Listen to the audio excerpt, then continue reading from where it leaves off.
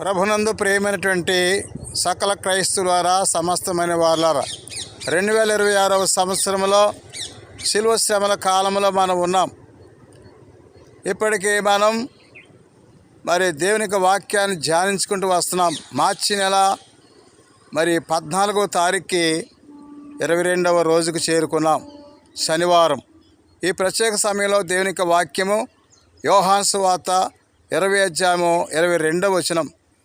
అక్కడ శిష్యులకి ఆయన ఆత్మను దయచేస్తున్నాడు. పరిశుద్ధాత్మని పొందండి అంటూ ఆయన శ్వాస ఊదాడు. శిష్యులకి అది ఒక గొప్ప శక్తిగా మారింది. ఎందుకంటే యేసు ప్రభు యొక్క సువార్తని, ఆయన యొక్క గ్రంథం, ఆయన పవిత్ర గ్రంథాన్ని ధ్యానం చేసుకుంటానికి, ప్రార్థించటానికి ఈ ఆత్మశక్తి అందరికి అవసరం. అపోస్తులకే కాదు, ఆనాడు 12 మంది శిష్యులకే కాదు, ఈనాడు కూడా ప్రతి ఒక్కరికి పరిశుద్ధాత్మ శక్తి కలిగి ఉండాలి. అందుకనే ఆనాడు శిష్యులు భయాలతో, కలవరంతో, ఆందోళనతో ఎన్నో రకాలుగా వాళ్ళు మనసులో ఉన్నారు, ఆ బాధలతో ఉన్నారు.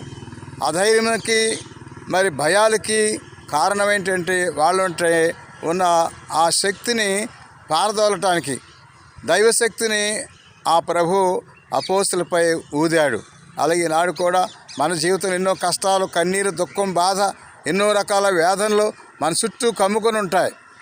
ఆయన ఆత్మశక్తి చేత మనం అన్నిటినీ జయించగలం. దేవుని ఆత్మ ఎప్పుడైతే మనలో ఉంటుందో మనకు ధైర్యంతో అన్ని కార్యాలు కూడా చేయటానికి, అన్ని కార్యములు కూడా మనం విజయం పొందటానికి ఆత్మశక్తి అవసరం. అందుకే నాడు ఈ యొక్క దేవుని యొక్క వాక్యాన్ని మనం ధ్యానం చేసుకుంటూ దేవుని బిడ్డలుగా సాగిపోదాం. అటువంటి అపోస్తులకు ఇచ్చిన ఆత్మనే మనకు దయచేయమని, ఆ దివ్యాత్మతో ముందుకు నడిపించమని ఆ దేవుని మనసారి వేడుకుందాం. మీ కొరకు నిత్యము డైలీ ప్రేయర్ చేస్తున్నటువంటి సేవకులు, దైవజనులు, మీ కుటుంబాలని మీ కొరకు నిత్యం ప్రార్థించే సేవకులు, God bless you, God bless you, God bless you.